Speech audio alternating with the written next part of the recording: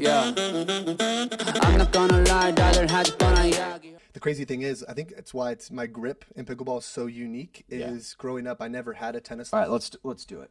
Grab we want the paddle, put it up in front of the camera, and show us like how you are gripping the paddle. Right. Well, yeah. Start it like a Western. Yeah, I got you. Move into your grip. Well, yeah. So in tennis, you're always kind of taught to just kind of slide your hand down on the paddle.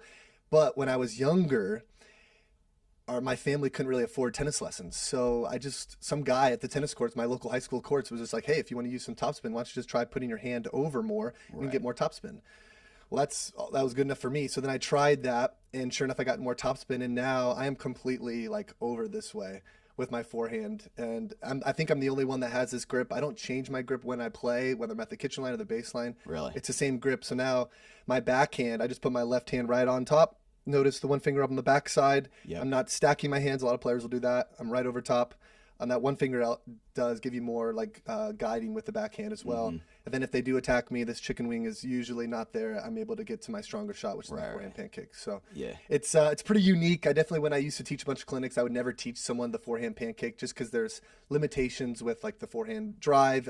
You can't like hit a flat one. It's more of like a top spin kind of loopier shot. Yeah. But it has its benefits too. So it's been pretty fun to have a pancake shot kind of named after you. But I can't take all the credit. It's from that 8th grade coach back on Whidbey Island that taught me the forehand grip. Got it. Nice. Interesting. Yeah. So if to describe it, you're basically picking up. If you're going to describe how you grip the paddle, it would basically be set the paddle down, and the way that you would pick it up. Yeah. Right. So that would be your sort of Western forehand, whereas opposed to most players who are using that edge of the paddle as a guide and coming down from there. So it's basically toss the paddle down, pick it up. There's your Riley Newman grip. Let me see this. That's exactly right. And it took me probably like a good full year to dial in the forehand cross-court dink.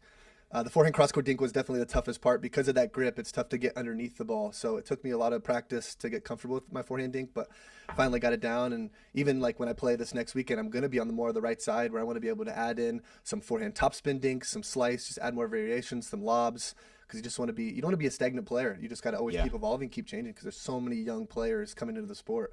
How are you going to keep kind of staying close to the top? Yeah. Lindsay's not playing with that grip, is she? She's close to it, not as severe as I am. Yeah, right. Would you say there is a player that should use this? Like most people, you say you're going to go teach a continental. Like, is there somebody that you see? A certain type of player, you mean? Or a certain type of person, right? Somebody who hasn't maybe played pickleball before, but they have a certain racket sport background or a level of athleticism that you'd say, all right, I think you should give this a whirl. So we were actually talking about this the other weekend, and let's say if I have kids way down the road here, if we ever wanted to teach my future son how to play pickleball, I would actually potentially teach him from the baseline, go more continental for your drives, for your ground strokes, even for your serve.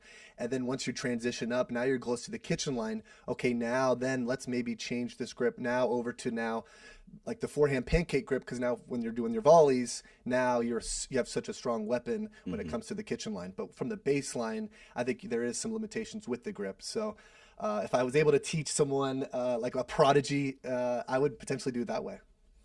I agree with you, but I think you can do it from the baseline. Actually, when I'm hitting forehands, if you have a spinny enough paddle, when I'm hitting forehands from the baseline, I'm in a full Western. Yeah. It's very much a loopier, more top spinny shot, which takes really, I think, good and precise timing, and it can get hot and cold for sure. But like, I think it's doable from the baseline. I think any grip has pros and cons, and I think you just have to find where your pros outweigh your cons, right? That's exactly. If your forehand dink is your weakness, but you're able to compensate by having a really strong ability to defend that chicken wing. I think most people would probably take that trade off at the pro level.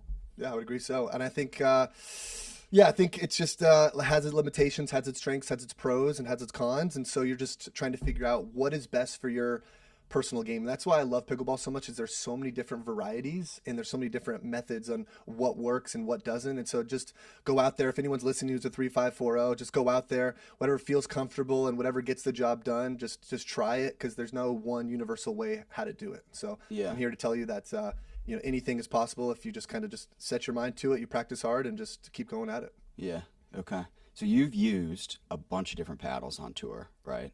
I know you've got a big announcement coming up, which we're not going to touch on today, apparently, which is a little heartbreaking, but we'll stomach that one. To what degree do you think like the paddle selection impacts your performance and how successful you can be?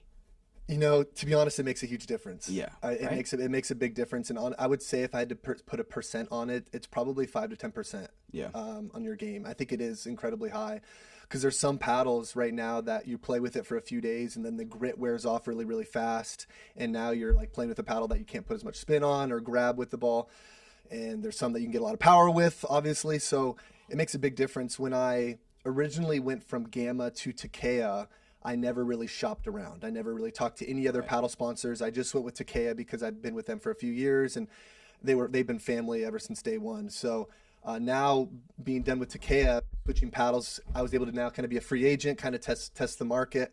But my very first call was Pro XR, and because it had the best paddles in my opinion.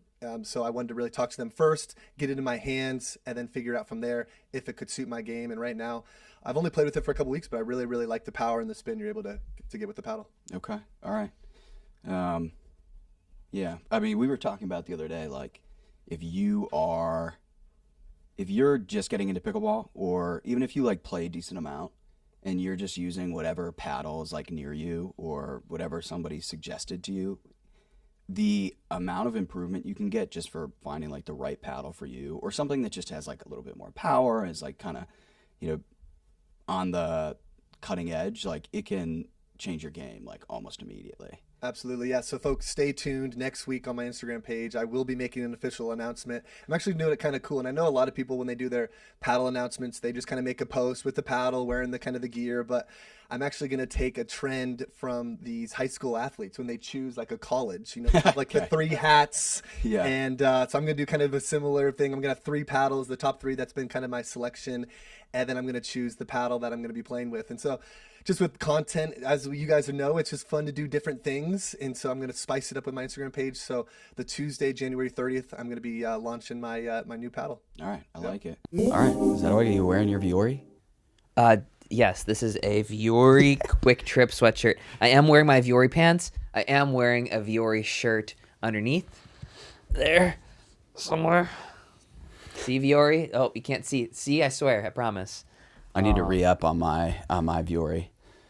I don't know if they came out with any new stuff. I need some new colors. I need to switch it up. But you guys know we're massive fans of Viore. We always have been. We're lucky to have them work with us on the show, but we would be wearing this stuff either way. And you can get 20% off your first purchase and enjoy free shipping on any U.S. orders over $75. Go to viore.com/thedink and discover the versatility of Viore clothing. Yeah. I'm not gonna lie, rather had fun,